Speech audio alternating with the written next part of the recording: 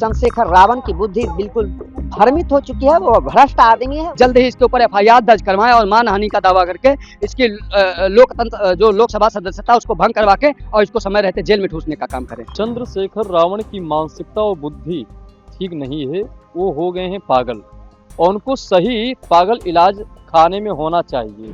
देखिए, नगीना के सांसद चंद्रशेखर रावण की बुद्धि बिल्कुल भ्रमित हो चुकी है, वो भ्रष्ट आदमी है, वह स्वयं अत्याचारी, पापाचारी, दुराचारी आदमी है। ऐसे दुराचारी आदमी जो हमारे जगत गुरु भगवान पद प्रतिष्ठित श्री रामभद्राचार्य जी के ऊपर इस प्रकार का अपशब्द का प्रयोग करना अत्यंत दुर्भाग्यपूर्ण है, निंदनीय है। इसकी जितनी निंदा की जाए उतना कम है। मैं देश के यशस्वी प्रधानमंत्री से, उत्तर प्रदेश के यशस्वी मुख्यमंत्री से मांग करूंगा, जिन्होंने संतों ने समाज के लिए, राष्ट्र के लिए, राष्ट्र की एकता के लिए, राष्ट्र की अखंडता के लिए सदैव तत्पर रहते हैं। परोपकाराय साधूनां परपीड़ाय च, इस प्रकार की भावना रखने वाले ऐसे महापुरुषों के ऊपर इस प्रकार का अभद्र भाषा का प्रयोग करना, अंधा कहना, पापी कहना कितना दुर्भाग्यपूर्ण है। संपूर्ण हिंदू जनमानस से और राष्ट्र की एकता के स्रोत में पिरोने वाले ऐसे महापुरुषों को करेगा इस प्रकार का टिप्पणी करेगा तो हम लोग कतई बर्दाश्त नहीं करेंगे और ऐसा मांग करूंगा कि कोई कठोर कार्रवाई इसके ऊपर होनी चाहिए। कोई ऐसा कठोर कानून आए जो इस प्रकार के हमारे पूज्य संतों के ऊपर, सनातन के ऊपर कुठाराघात करेगा, उसके ऊपर दंडात्मक कार्रवाई होनी चाहिए।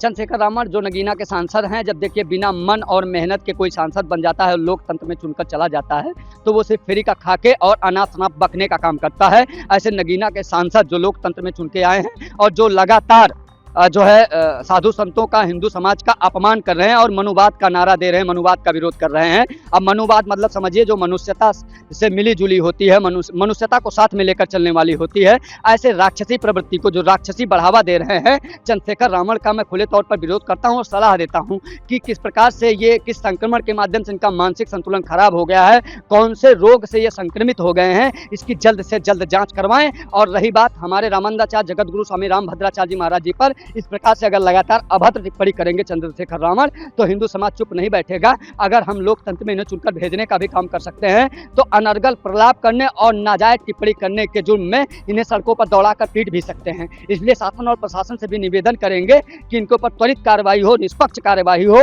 ऐसे लोगों को सुनने के लिए हिंदू समाज बाध्य नहीं है और जबरन हम इन्हें नहीं सुन सकते हैं कि हमारे हिंदुओं का, हिंदू धर्मगुरुओं का, सनातन का, हमारी परंपराओं का विरोध करेंगे। मैं नहीं मानता हूँ कि इसकी मानसिक संतुलन ठीक है। इसको किसी मेंटल हॉस्पिटल में भर्ती कर ठीक ठाक डॉक्टर से दिखाने की आवश्यकता है और प्रॉपर दवा लेने की आवश्यकता है।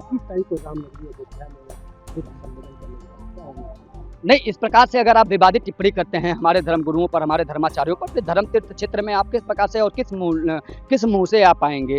मैं मानता हूं कि ऐसे लोगों का विरोध किया जाना चाहिए जो अयोध्या में हमारे भगवान बुद्ध के नाम पर जो है यहाँ आएंगे और नाजायज राजनीति करेंगे और तमाम प्रकार के हिंदुओं का अपमान करने का काम करेंगे। तमाम प्रकार से ये स्वीकार्य नहीं होगा। हिंदू समाज का यदि कोई भी विरोध करता है और वो कहीं भी जनसभाओं को संबोधित करता है तो हिंदुओं को वहीं जाकर विरोध करना चाहिए। इस प्रकार की मानसिकता को नहीं स्वीकार करते हैं कि आप उनको जो है अपमानित करने का काम करेंगे। वो चलती फिरती यूनिवर्सिटी है, उनको आप अंधा बोलने का काम करते हैं। दिव्यांगजन को मानहानि का दावा करना चाहिए। मैं जगत गुरु रामभद्राचार्य जी महाराज जी के उत्तराधिकारी रामचंद्र दास जी महाराज जी से निवेदन करता हूँ, अध्यक्ष में दिवाकराचार्य महाराज, कि जल्द ही इसके ऊपर एफआईआर दर्ज करवाएं और मानहानि का दावा करके इसकी लोकतंत्र जो लोकसभा सदस्यता उसको भंग करवा के और इसको समय रहते जेल में ठूसने का काम करें। चंद्रशेखर रावण की मानसिकता और बुद्धि ठीक नहीं है, वो हो गए हैं पागल और उनको सही पागल इलाज खाने में होना चाहिए। जो तुलसी पीठाधीश्वर परम पूज्य श्री रामभद्राचार्य जी पर इस तरह बयान देने वाला, साधु संतों को लेकर के इस तरह बयान देना, या कहीं ना कहीं तो पागलपन का ही दौरा है ना, इसीलिए तो इस तरह बयान दे रहे हैं।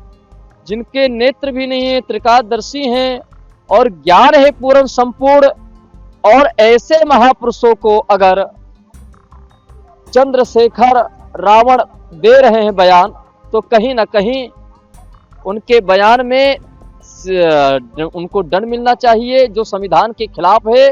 संविधान और कानून यह इजाजत नहीं देता कि किसी संत और किसी विषय पर, किसी भी व्यक्ति को लेकर, किसी महापुरुष को लेकर के आप इस तरह बयान देंगे, कहेंगे कि वो पगला चुके हैं, उनको पागल हो चुका है, वो नेत्रहीन है, इसीलिए उनके कर्म कुछ ठीक नहीं थे। अगर अच्छे कर्म होते तो रामभद्राचार्य जी का नेत्र होता, सबको देखने का दृष्टि होती। ये इस तरह बयान देना मूर्खता है और चंद्रशेखर को पूरे हिंदुस्तान से माफी मांगना चाहिए। उनको समझना चाहिए कि इस हिंदुस्तान में रह करके साधु संतों का सम्मान नहीं, साधु संतों को लेकर के उठपटांग बोलना कहीं ना कहीं पागलपन का दौरा है, उनको इलाज कराना चाहिए।